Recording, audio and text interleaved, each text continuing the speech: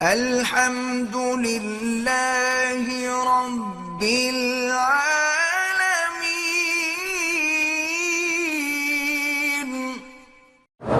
کہتے جی میرے چند رشتہ دار جو ہیں میرے دشمن بن گئے ہیں، بہتر تو میرا بھائی یہی ہوتا ہے کہ ان کے لیے دعا کریں کہ اللہ قادر ہے ان کے دلوں کے اندر رحم ڈال دے اور تیرا دوست بنا دے۔ ورنہ حدیث مبارک میں جو وظیفہ ہے وہ یہی ہے کہ اللہم انا نجعلک فی نحورہم ونعوذ بک من شرورہم۔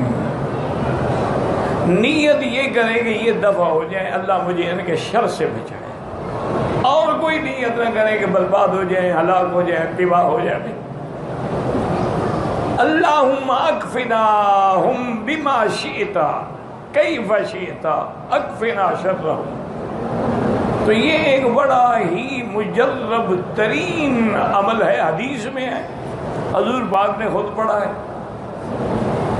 البتہ پڑھنے کے طریقے جو ہیں نا وہ بزرگوں نے الگ الگ لکھے ہیں۔ اصول کی بات دیکھیں نا، جیسے جسمانی بیماریوں کے علاج کے طریقے ڈاکٹر الگ الگ اختیار کرتے ہیں۔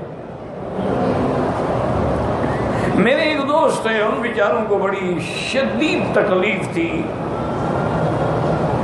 تو انہوں نے یعنی پاکستان میں انڈیا میں کوئی جگہ نہیں چھوڑی، علاج کرایا، کوئی فائدہ نہیں ہوا۔ پھر وہ گئے امریکہ،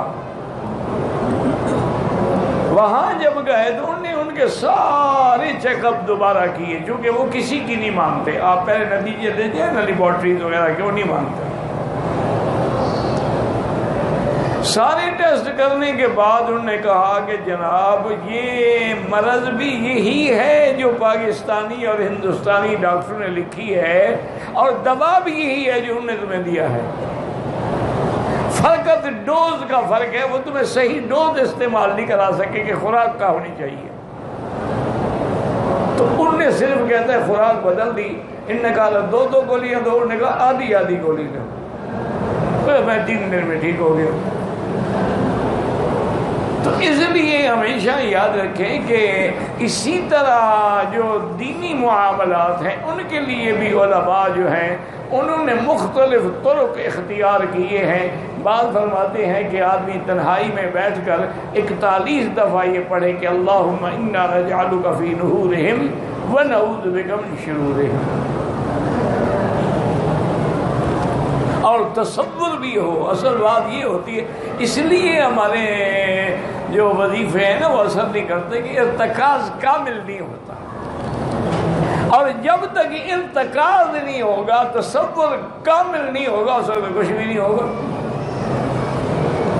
تو یہ تو حدیث کا وظیفہ ہے ماشاءاللہ۔ جیسے ہر جمعہ کے دن سورۃ الکہف پڑھی جائے تو اللہ دجال کے فتنے سے محفوظ فرماتے ہیں، اس کے لیے قیامت میں نور ہوگا۔ تو جو صورت دجال کے فتنے کو روک دے، چھوٹے چھوٹے دجال کیا کریں گے؟ یہ تھی ناظرین آج کی ویڈیو۔ امید کرتا ہوں آپ کو ویڈیو پسند آئی ہوگی۔ آپ یہ ویڈیو اپنے دوستوں کے ساتھ شیئر کیجئے، چینل کو سبسکرائب کیجئے اور بیل آئیکن کو دبا دیجئے تاکہ آنے والی نئی ویڈیوز آپ کو ملتی رہیں۔ تو ملتے ہیں اگلی ویڈیو میں۔ اللہ حافظ۔